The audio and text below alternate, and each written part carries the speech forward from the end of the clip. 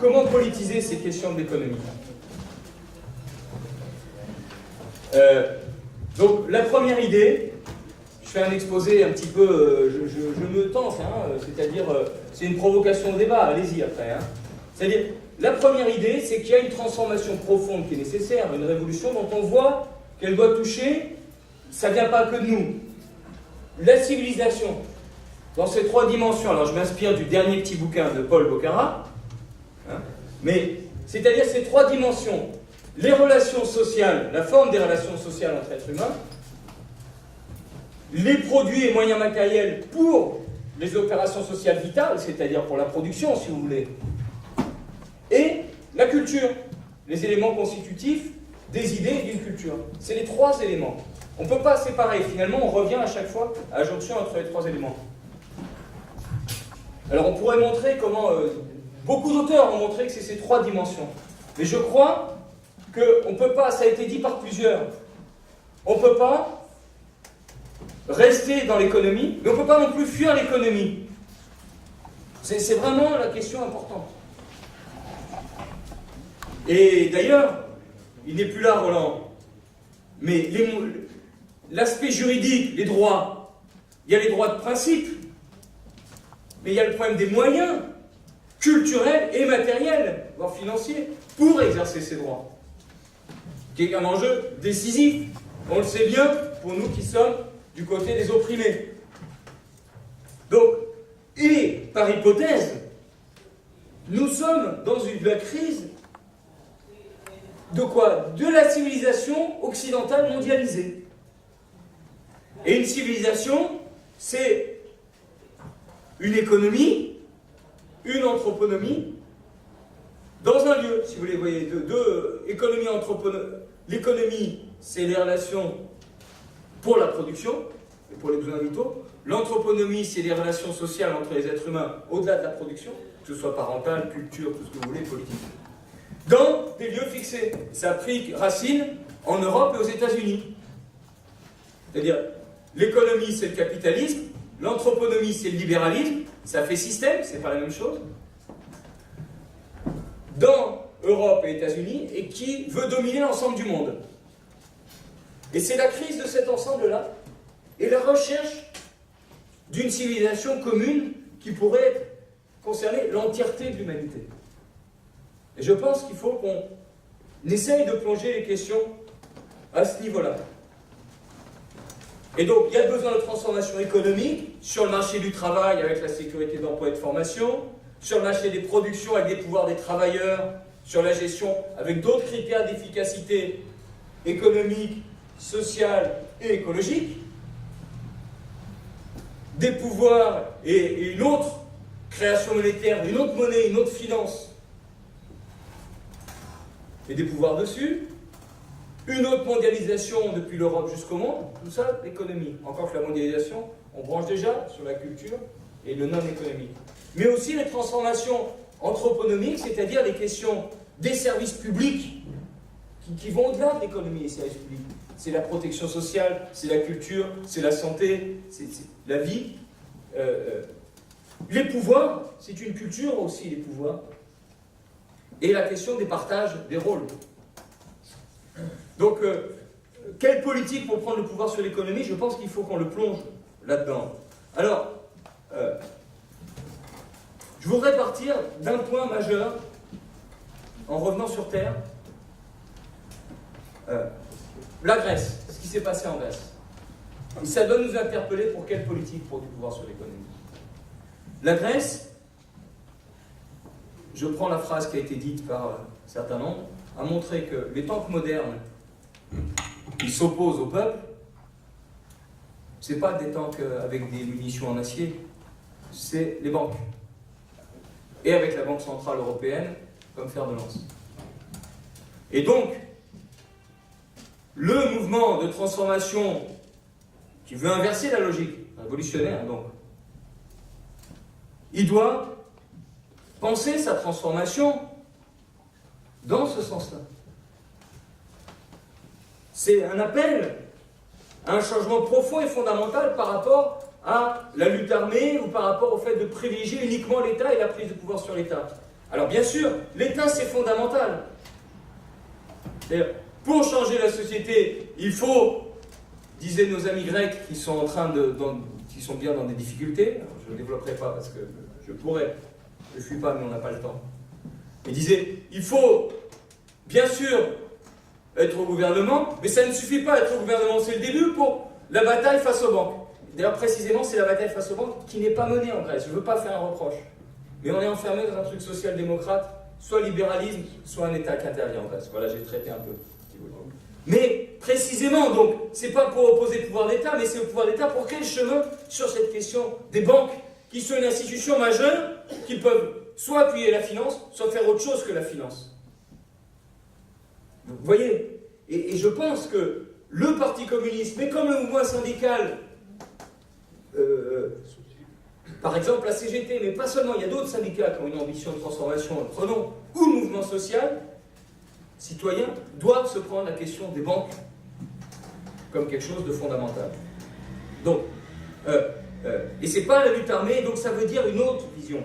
Et nous voulons pour ça une intervention consciente. Hein? Consciente sur l'argent pour inverser sa logique. Nous pensons que l'argent, sa domination, est terrible.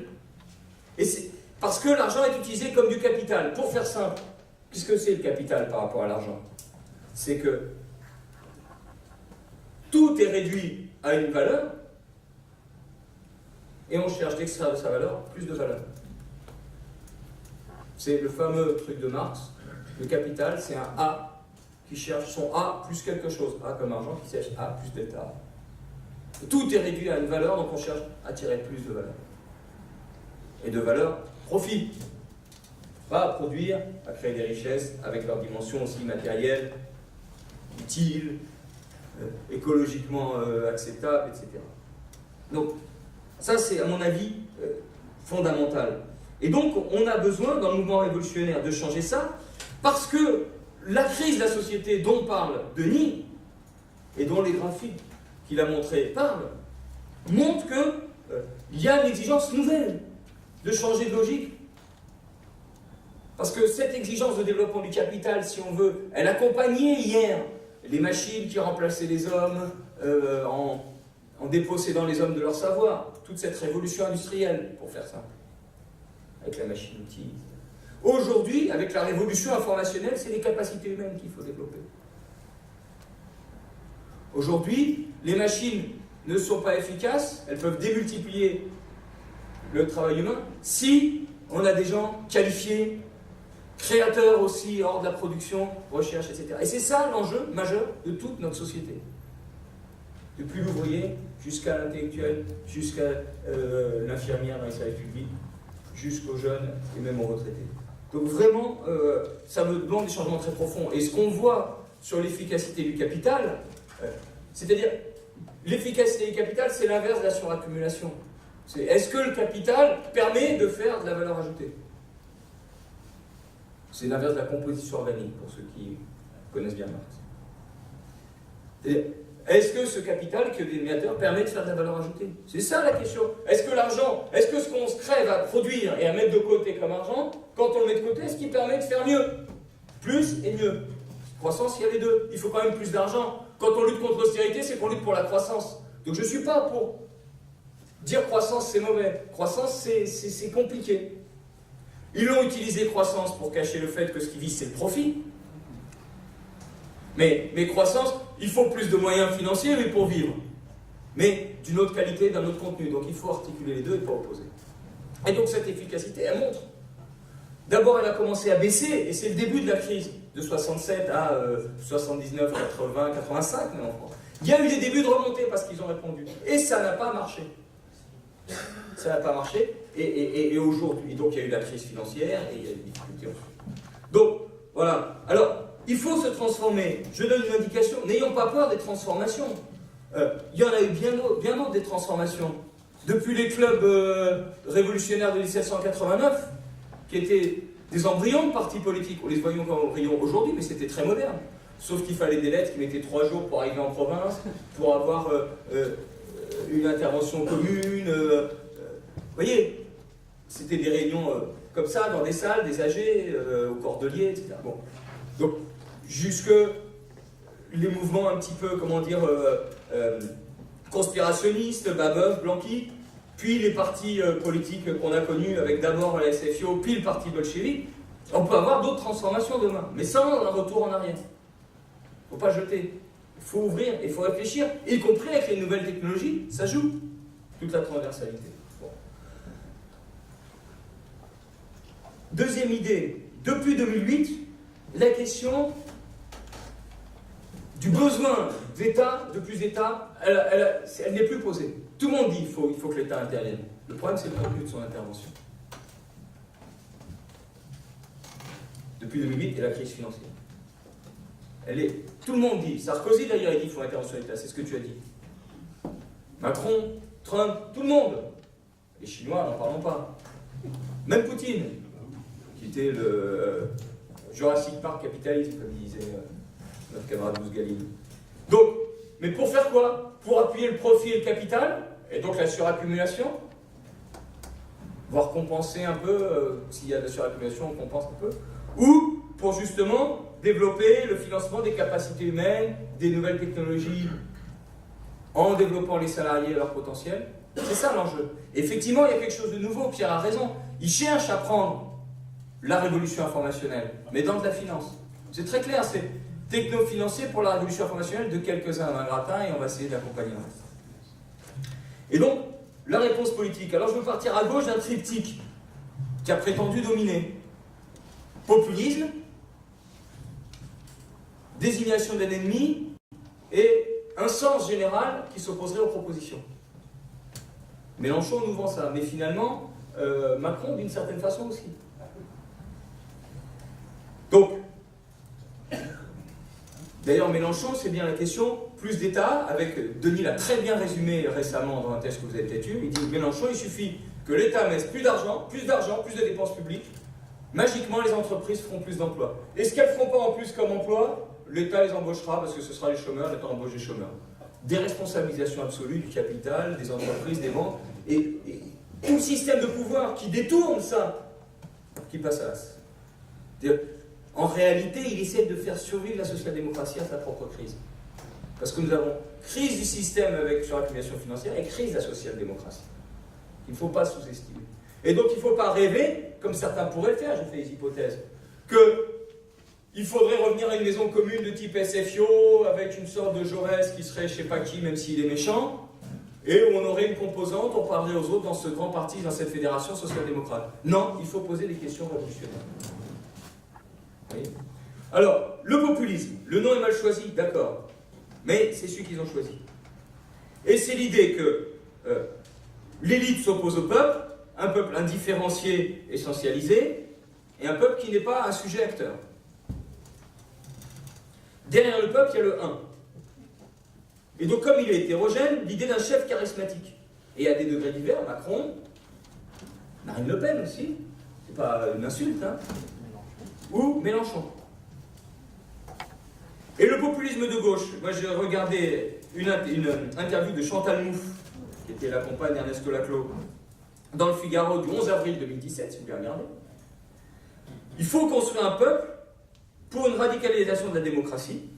Construire un peuple, donc il n'existe pas, un peuple. Et il faut chercher la fusion du peuple. Non, c'est mieux que changer le peuple. Le leader, comme ce peuple est hétérogène, c'est le principe articulateur pour fédérer le peuple hétérogène. Il y a beaucoup de choses qui sont dites. Vous voyez ? Et ça permet au nous de se cristalliser autour d'affects communs. Vous voyez le truc ? Mais c'est ça qu'on a eu. Ça ne veut pas dire qu'il ne faut pas faire avec les affects, mais faire affaire avec pour dépasser, ou pour les prendre pour rabaisser pour venir dans l'affect, c'est pas du tout la même chose et le même mouvement. Donc, et on théorise le flou dans le présidentialisme. Il faut la fusion du peuple, l'incandescence du peuple. Il ne faut pas des propositions précises. Et la télé renforce ça, dans son rôle présidentialiste. Et la télé, nous sous-estimons. On aurait des bastions où les mecs ne regardent pas la télé chez nous, les mecs et les filles, pardon. Bien sûr, tout le monde regarde la télé. Et d'ailleurs, attention au YouTube. C'est la télé qui rabat vers YouTube. Si quelqu'un est intéressant sur la télé, alors on va sur YouTube. Donc, il n'y a pas de proposition qui doit ressortir. Il faut une adhésion générale, des sensations, des affects. D'ailleurs, qui serait bien en peine de dire quelque chose sur le programme de Mélenchon? Quinoa, un État plus fort, 6ème République. Mais, franchement, je ne sais pas de la méchanceté, mais je n'ai pas trouvé quelque chose qui est resté comme proposition concrète de Mélenchon. Et une délégation au chef qui renforce l'étatisme, la posture plutôt que l'action. Plutôt que les mots d'ordre transformateurs, et plutôt que des propositions qui sont à la fois précises, mais auxquelles il faut donner un sens, il ne faut pas opposer sens et propositions, et qui peuvent être saisies dans les batailles.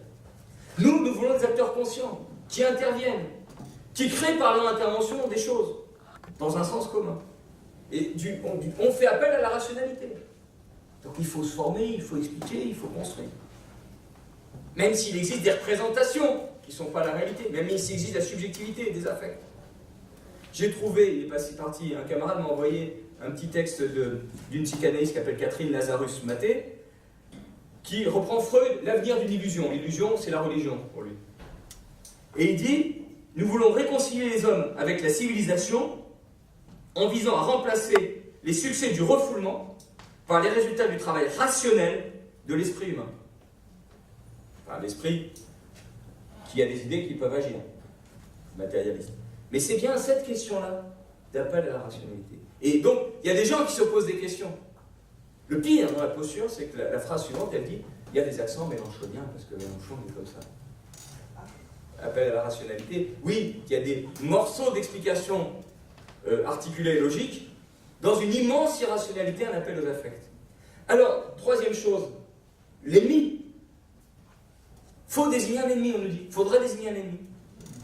Mais oui, moi je prends. Mais eux, c'est pour construire un peuple, eux et nous. Alors, c'est l'élite pour certains. Hein, ok. Pour d'autres, c'est l'immigré. Entre les deux, vous avez l'establishment, qui peut être commun. Le père, il disait tout le temps l'establishment. Mais c'est la négation des classes, la complexité de la domination de classe, et de l'économie qui serait différente de la société. On fusionne les deux choses. Et donc, comme je le disais tout à l'heure, c'est la personne humaine qu'on attaque à travers ça. Et d'ailleurs, le matheux, il n'est pas beau le matheux. Alors que, comme disait un camarade d'Orsay qui était là tout à l'heure ce matin, c'est toujours là, par contre, tu as changé de place. Droite à gauche. Avec ces ingénieurs, ces chercheurs, ils n'ont pas des idées sur transformer la société. Ils la vivent la société, ils travaillent, ils savent ce que c'est qu'un contrat de travail, mais de qui ils se moquent l'autre. C'est ça qui est terrible. Donc, et du coup, on débouche sur, si on restait dans l'élite ou l'immigré, l'élimination de l'autre. Et donc finalement, les très très vieilles visions archaïques. Alors que les milieux de la culture, les chercheurs, ils cherchent comment on transforme une logique sans éliminer la personne. Et c'est plus compliqué de changer la logique. Parce que c'est aussi de la culture. Mais ça marche mieux. Quand on a fait la sécurité sociale, on n'a déjà mis du communisme. Parce que la logique de la sécurité sociale, la logique, normalement, c'est de chacun selon ses moyens, puisque je contribue normalement en fonction des moyens, et je reçois si je suis malade, donc selon mes besoins. Donc c'est déjà du communisme en acte, et on partage. Même si ça passe par un truc monétaire, parce que c'est une spécialisation dans le monétaire. Ben, et on a le défi comme ça, pour la sécurité d'emploi et de formation, pour l'écologie, etc. Donc, en réalité, il y a une logique, c'est-à-dire, il y a quelque chose d'objectif. C'est-à-dire la logique du capital, avec sa rentabilité qui cherche l'accumulation et le profit. C'est con, on l'a dit longtemps, mais il faut continuer à le dire, parce que c'est plus que jamais vrai. Il faut aider les gens à retrouver des repères là-dessus. Donc désigner un ennemi, c'est le capital, et notamment dans son truc actuel, de capital financier qui domine de façon mondialisée partout, donc réduit purement à sa valeur. Même pas les machines. Du capital au carré, disait Marx. Et Ferdinand, dont Lénine s'est beaucoup servi. Voilà. Donc, l'argent pour l'argent, et c'est des pouvoirs, le capital. C'est une organisation de pouvoir, nos camarades juristes le confirmeraient. C'est toute une organisation de pouvoir, puisque quand je suis actionnaire, je ne détiens pas les machines, mais à travers le capital financier, j'ai un droit sur les machines, la prise sur les machines, mais je peux jeter les machines sans perdre mes actions. C'est toute une organisation de pouvoir. Et de pouvoir contre les salariés. Mais regardons dans la société comment cette idée de pouvoir monte. Au moment là où on se demandait, il y avait les ordonnances, donc quelque part entre les présidentielles et maintenant, j'ai très bien lu, très attentivement, les interventions de plusieurs secrétaires confédéraux, CGC, CFDT, FO, CGT. Ils utilisent notre vocabulaire, pouvoir des travailleurs, qui est, nous pensions, enfin moi je pensais que c'était un peu trop jargonneux. Ils le disent. Et il faut le mettre beaucoup plus dans le tuyau. Bien sûr, mais avec... donc, le capital essaye de monopoliser. Donc, il aurait dû tout à de l'argent, et on monopolise tout avec le capital financier. Donc, il a des pouvoirs sur les savoirs, brevets, informations, technologies, etc. Sur les machines, bien sûr, et donc sur les décisions de production, sur les personnes qu'on réduit à une force de travail, on nie leur personne humaine, ce qui pose des problèmes s'il faut développer les personnes, justement, dans la crise actuelle, cette contradiction. La nature, qu'on réduit à du marché et à des biens marchands, et les services publics, à la fois quand on les privatise, mais simplement aussi quand aujourd'hui ils sont financés par les marchés financiers, dépendants des marchés financiers, et finalement, pour simplifier, les fonctionnaires, je simplifie, mais vous voyez, pour voir comment les services publics sont pris dans la logique marchande du capital financier, les fonctionnaires travaillent pour qu'on puisse dégager suffisamment pour rembourser les intérêts au marché financier. Je vous rappelle que, je ne donnerai pas beaucoup de chiffres, mais chaque année, l'État français, en charge d'intérêt de la dette, uniquement en charge d'intérêt, pas le principal. Intérêt principal, c'est pas la même chose, comme dans la cigale et la fourmi. Intérêt principal. 45 milliards d'euros. C'est autant que le budget de l'enseignement primaire et secondaire. 45 milliards d'euros. Un budget enseignement primaire et secondaire en intérêt au marché financier. Voilà. Et parce que c'est pas à 0% qu'on emprunte. Donc, et puis il y a alors, la question donc des institutions. Quel est l'ennemi commun? Oui, il est dans des institutions. Où est-ce qu'on l'attrape? Il y a les banques. Et puis il y a aussi son cœur mondial américain avec ses intérêts. Et ses institutions, où il est aux États-Unis, mais sont les capitalistes de tous les pays. Parce qu'ils ont quand même leur banque internationale. À commencer par le FMI et la Banque mondiale. Le dollar, c'est pas seulement un taux comme ça. Le dollar, c'est une pompe aspirante du pognon de tous les pays. Tout le monde a son argent. Pas tout le monde, avouez-moi. Tous les capitalistes et de l'argent de tous les pays là-bas pourraient être en partie utilisés pour leurs dépenses publiques, ça finance au service le déficit budgétaire, et pour dominer le monde par rachat, investissement à l'étranger. Voilà. Les banques et les banques centrales, dont la Banque centrale européenne, chez nous, si bien connue dans la campagne de 2012 et complètement occultée dans la campagne de 2017. Bon. Donc, et à chaque fois, il faut voir le sens, la force du système et qu'il y a un problème objectif, comme je disais tout à l'heure. Par exemple, la multinationale. Elle répond à un problème objectif dont a parlé Denis. Une coproduction mondiale. Aujourd'hui, on ne produit pas seul. Parce qu'on n'est pas seul à avoir les savoirs. Donc elle organise la coproduction mondiale et le partage des savoirs. Un partage dans son périmètre avec le monopole par les directions. Mais elle fait ça. Donc c'est un enjeu, il faut répondre à ça. Mais elle le fait, elle, pour la rentabilité financière, en jetant les femmes et les hommes, en démolissant les territoires, avec les responsabilités, en se barrant quand elle veut. Donc il faut répondre à ça, mais autrement. Et à chaque fois, c'est comme ça. Donc, l'ennemi, c'est autre chose que le populisme, avec l'ennemi comme le capital financier comme ennemi, c'est autre chose que le populisme, avec d'un côté l'élite, de l'autre côté le peuple. Y compris d'ailleurs, ça complique les choses, parce qu'il y a ceux qui sont complètement pourris par le capital financier, puis il y a ceux qui en ont un petit bout parce qu'ils ont un peu de revenus financiers, ils sont mixtes, et on commence à dévier, à décrire les couches moyennes, toutes les ambivalences dans l'encadrement. Ça aide à voir. Alors, bon, je vous cite encore une citation de Mouffe, et puis j'arrête avec Mouffe et toute cette bande-là, mais elle est gratinée celle-là. Le E, ce n'est pas obligatoirement les immigrés, merci. Il peut être tout autre, à commencer par les forces du néolibéralisme. Vous voyez le truc magique? On a dit les forces du néolibéralisme, on a l'impression qu'on a dit un truc. Justement, le néolibéralisme, c'est, si vous voulez, dans les superstructures ou l'anthroponomie, c'est pas le capital. Où je l'attrape, le néolibéralisme? C'est des idées, oui, mais quoi? Alors, faut pas libéral, faut autoritaire. Et c'est toute l'ambivalence Front National et d'autres dans le vote de 2005. Il faut donc une république autoritaire avec un État autoritaire. Non, c'est pas ça. Vous me suivez? Bon. Par contre, il y a le capital contre toute la société. Oui, quand on dit la sécurité sociale ou la retraite, c'est un enjeu majeur, il faut montrer comment les réformes de la retraite et de la sécurité sociale, c'est pour nourrir le capital. Et donc, pour son égoïsme, il attaque toute la société, non seulement les salariés, mais tous les autres. Et donc aujourd'hui, finalement, la classe à identifier, c'est la classe des capitalistes, qui s'oppose à tout le monde. Et on peut décliner les autres classes, mais ils s'opposent à tout le monde. Et c'est un problème d'alliance, c'est pas seulement de classe populaire, je ne sais pas ce que c'est, au moins couche populaire. Ouais, voilà. Donc, il faut monter là-dessus. Alors, bon, j'ai quand même un mot encore sur Chantal Mouffe qui prétend que les... Mais si, parce qu'elle prétend que les partis communistes essentialisent la classe ouvrière. Elle prétend que les partis communistes disent que la classe ouvrière serait naturellement de gauche et naturellement révolutionnaire.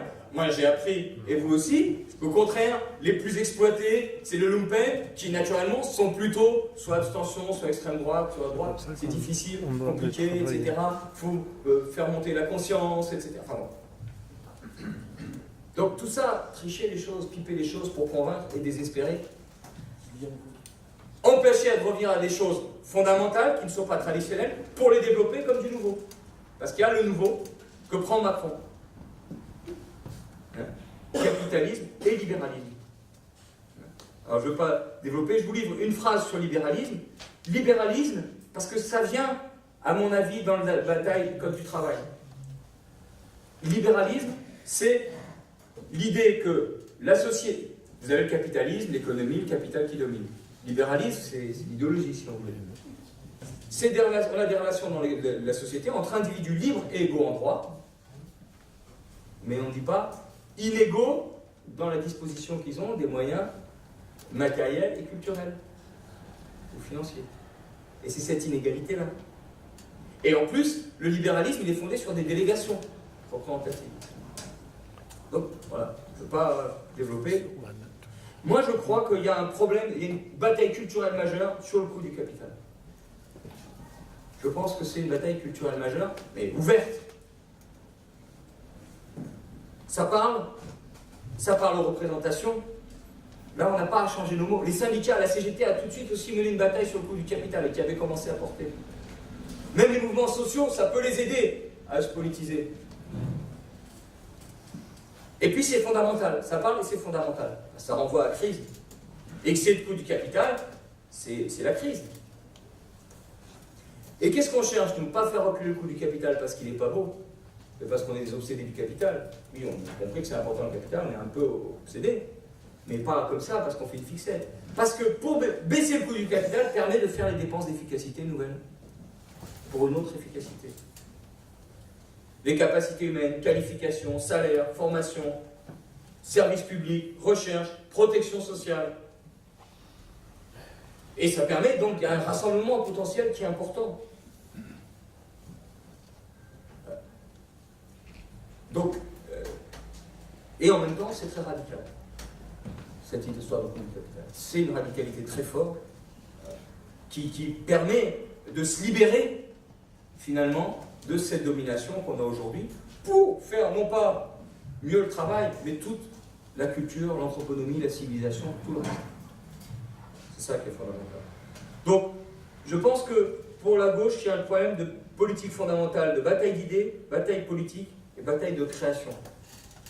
Alors, je prendrai deux exemples brièvement avant de finir sur le parti et les organisations politiques.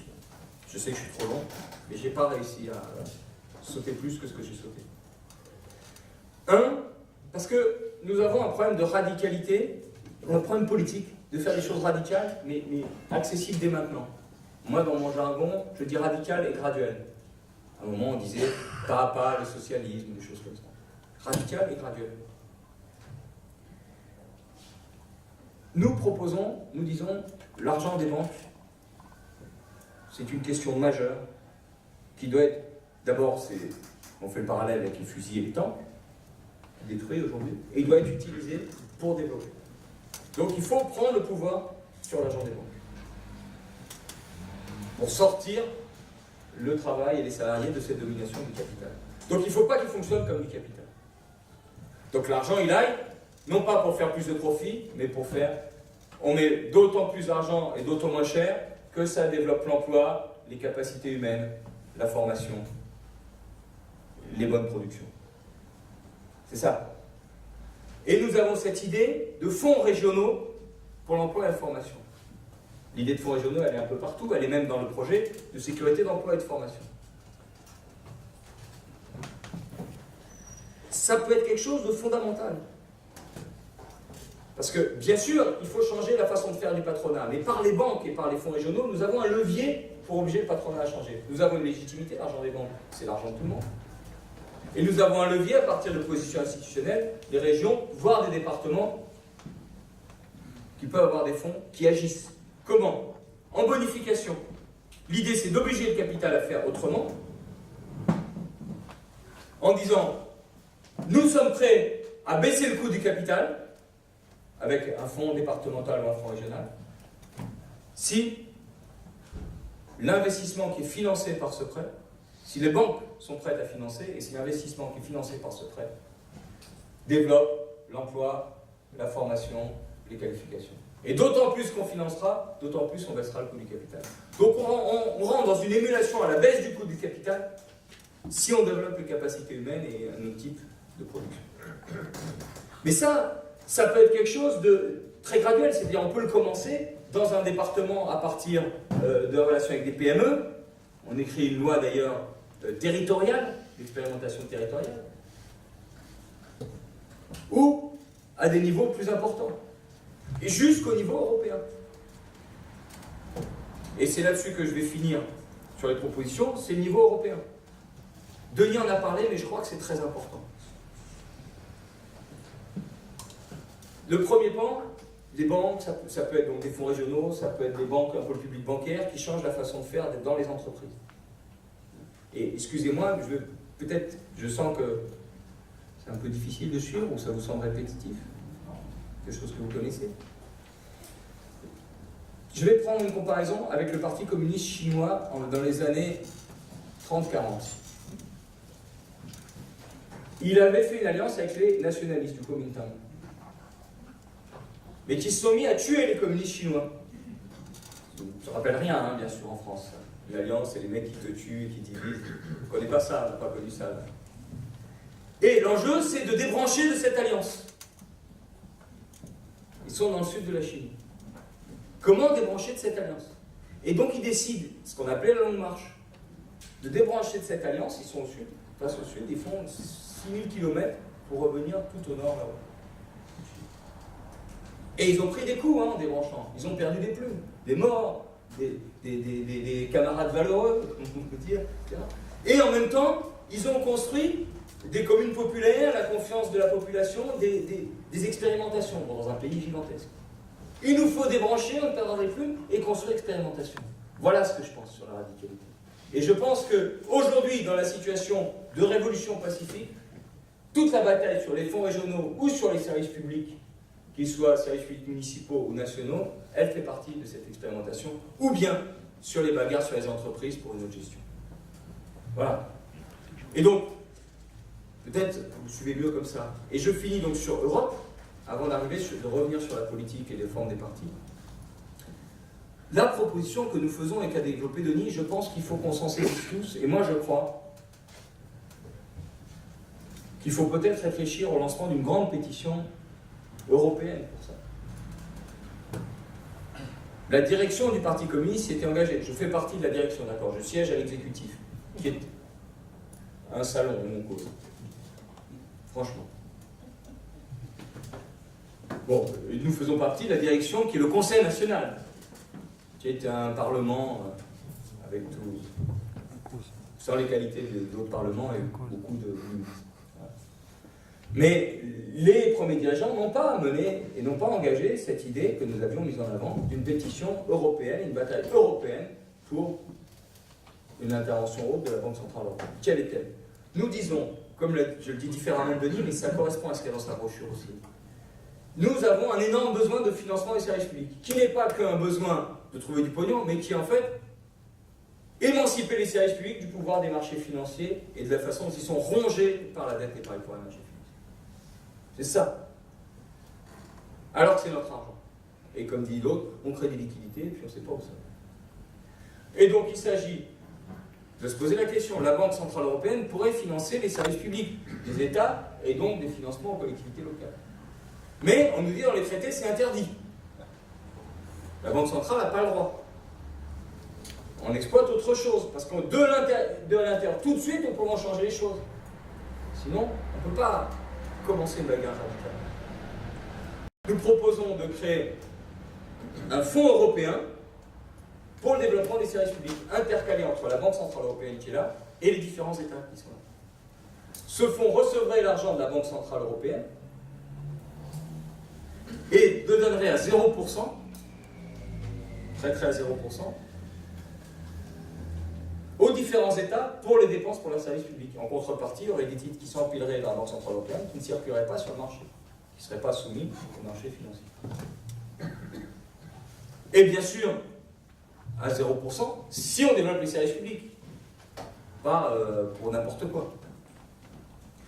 Et comme on crée ce fonds européen, on peut lui mettre tout de suite une gouvernance démocratique, avec les syndicats, avec des représentants, etc. Et on peut suivre. Et même, et donc, et ce fonds, c'est le développement des services publics, c'est pour tous les pays. C'est pas que pour les Français ou les Grecs, mais les Allemands aussi ont besoin de services publics, tous les pays. Et on profite de la surface de toute l'Europe pour appuyer le développement. Il faut arriver à lancer cette bataille. Moi, je pense que si certains ne le font pas, il va falloir trouver des façons de le faire. Voilà, alors, retour sur la politique très rapidement. Bataille d'idées, bataille pour s'organiser. Je pense qu'un parti communiste est nécessaire. La gauche souffre de l'absence du parti communiste. Le mouvement syndical commence à souffrir de l'absence du parti communiste. Et les mouvements sociaux aussi souffrent de l'absence du parti communiste. Alors on pourrait revenir, faire l'historique 81, le mouvement social de 95, où c'est les mouvements avant tout, la gauche plurielle et Robert Hue, le front de gauche, et puis l'expérience Mélenchon-Rasson. On ne va pas faire, mais je pense que chacun, on peut essayer. La question, c'est un parti qui donne un sens à des propositions précises. Comme je l'ai dit, qui aide à donner qui se nourrit de propositions précises, qui les construit et qui donne un sens. Contre le populisme assumé, contre l'opposition entre sens et proposition. Et pour des prises de pouvoir effectives, réelles et des transformations. Deuxièmement, il faut donner un sens à la gauche. Et donc, un parti qui essaye de rassembler dans un certain nombre de combats. Il y a des visions différentes, il faut une nouvelle conception d'alliance, mais il peut y avoir des combats communs à identifier. Et donc, une alliance qui n'est pas une alliance de sommet, une alliance avec respect chacun, avec une transversalité à la base, si vous voulez, et une créativité commune, c'est-à-dire une autonomie d'action des composantes pour la créativité, au lieu de l'enrôlement. Il faut qu'on pousse ce type d'alliance à gauche, et les débats à gauche dans ce sens-là. À partir d'éléments communs, la finance est notre ennemi. Nous, on pense qu'il faut aller jusqu'au communisme. Vous pensez que la finance est notre ennemi, qu'il faut faire contre, il faut faire autre chose, et bien on va faire ensemble un bout de chemin. Et ce qui m'amène aux mouvements sociaux. Je pense que l'expérience du front de gauche nous montre qu'à la fois il y a un potentiel pour faire avec des gens, mais qu'un mouvement qui est tous azimuts, en réalité ça remplace un parti politique, ou ça l'évince comme parti, et ça fait. Par contre, mouvement social, comme on a eu pendant la résistance, ou d'autres moments, spécialisés sur des grandes questions comme les banques, prendre le pouvoir sur les banques, ou l'argent, ou sécurité d'emploi, quelle est la chose qui va porter, qui va commencer? Oui, ça nous pourrions faire. Et donc un parti politique qui essaie d'impulser cette bataille-là. Le mouvement social. Et donc il faut un PCF d'une nouvelle forme, je pense, pour la gauche, pas seulement pour le PCF, pas du tout pour le PCF d'ailleurs, qui vise l'intervention et l'appui à l'intervention sur les pouvoirs, donc avec la conjugaison entre institutions politiques et entreprises et argent, institutions politiques, entreprises, argent, c'est les trois choses que le parti peut aider à rejoindre. Ça veut dire une organisation où on est capable d'avoir des camarades qui se parlent de ces trois endroits, par exemple. Où on est capable d'organiser des luttes convergentes de ces trois pôles. En réalité, je vous laisse réfléchir, mais ça implique des choses que je n'ai pas pensées, mais qu'on peut tous commencer à imaginer. Un parti qui est axé sur la formation et la culture,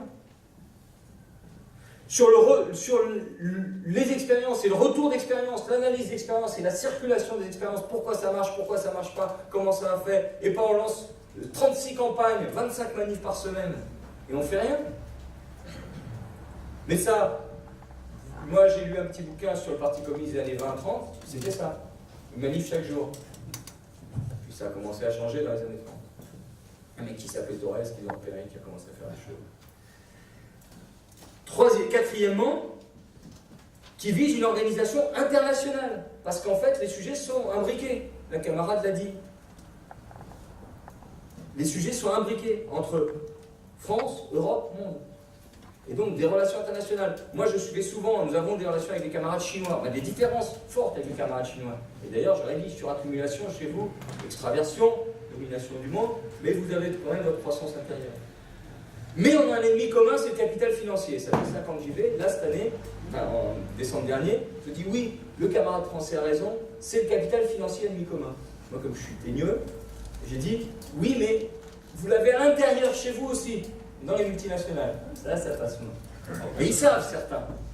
Mais ils savent. Et donc, quel combat commun on peut lancer contre le capital financier? Je dis, quand vous avez dit une autre monnaie commune que le dollar, pour développer les gens et leurs capacités, c'est une bataille commune contre le capital financier que vous avez menée. Et petite histoire, une semaine avant qu'il dise ça, j'avais une interview dans l'Humain là-dessus, et il y avait Artus, on lui posait la même question, moi je dis c'est formidable, Artus il dit c'est des trucs de clown et Bocara, il ne comprend rien. Une semaine après, le gouverneur de la Chine en parle, Artus il dit oh, grande question. Oui, ça joue un rôle dans le rapport mondial.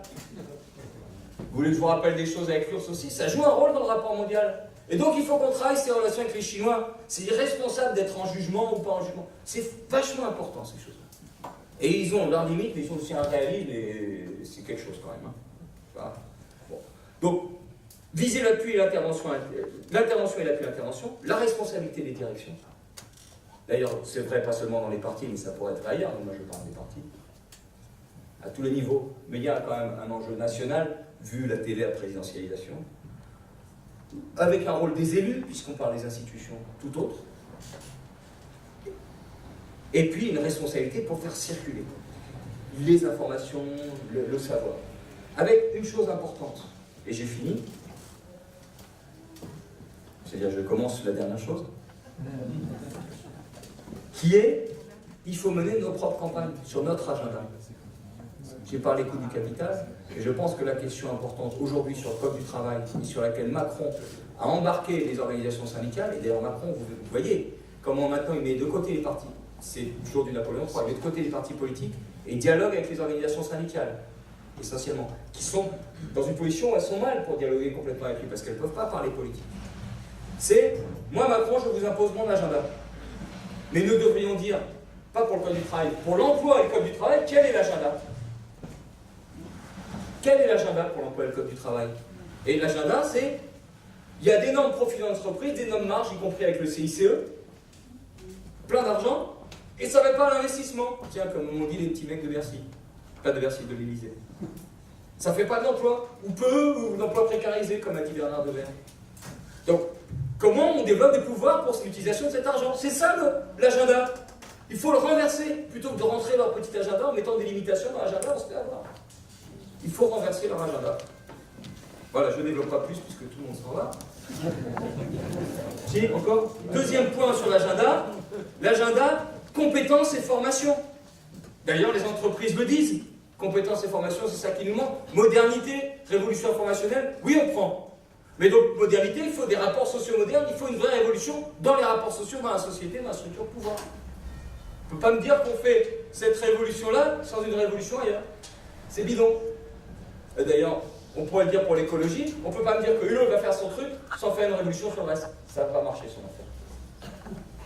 Parce que, comme l'a dit Le Puy, il y a le problème d'économie des matières, toute la gestion, toutes les entreprises qui, elles, veulent gâcher les matières ou les reporter sur les autres pays, les consommations de matières. Et troisième point, la demande dans l'agenda de l'emploi. Donc l'austérité, il faut faire péter l'austérité. Et je reviens à l'Europe. C'est l'impulsion par la demande européenne et par, effectivement, des liquidités par la Banque centrale et aussi les salaires dans tous les pays qui va attirer la demande, à condition qu'on ait bien cette offre de logement. Donc ça, je crois, c'est les éléments fondamentaux pour la politique reprenne du pouvoir sur l'économie, et c'est l'enjeu majeur. Et attention, c'est pas seulement affirmer en principe que la politique doit avoir du pouvoir sur l'économie, mais quels moyens on se donne, où ça s'appuie, à quel endroit on appuie le levier, où sont les institutions, et c'est là-dessus qu'on doit se former. Comme mes anciens, moi je suis d'Ivry-sur-Seine pour ceux qui me connaissent, me disaient qu'ils avaient appris à monter, débuter des fusils, alors que c'était des pacifistes. Là, on a besoin d'apprendre la finance, l'argent, comment ça marche. C'est ça l'enjeu, et à le transmettre aux générations. Mais on a une chance, c'est que finalement, si on regarde les différents mouvements sociaux qui sont créés ces derniers temps, c'est sur les questions d'argent. Évasion fiscale, ONG, d'autres j'en passe. Donc, il y a une sensibilité là-dessus qui peut se faire récupérer dans les trucs bidons ou amener sur les trucs très radicaux parce qu'ils sentent la partie d'Afrique. Et ça, c'est une responsabilité. Je vous remercie.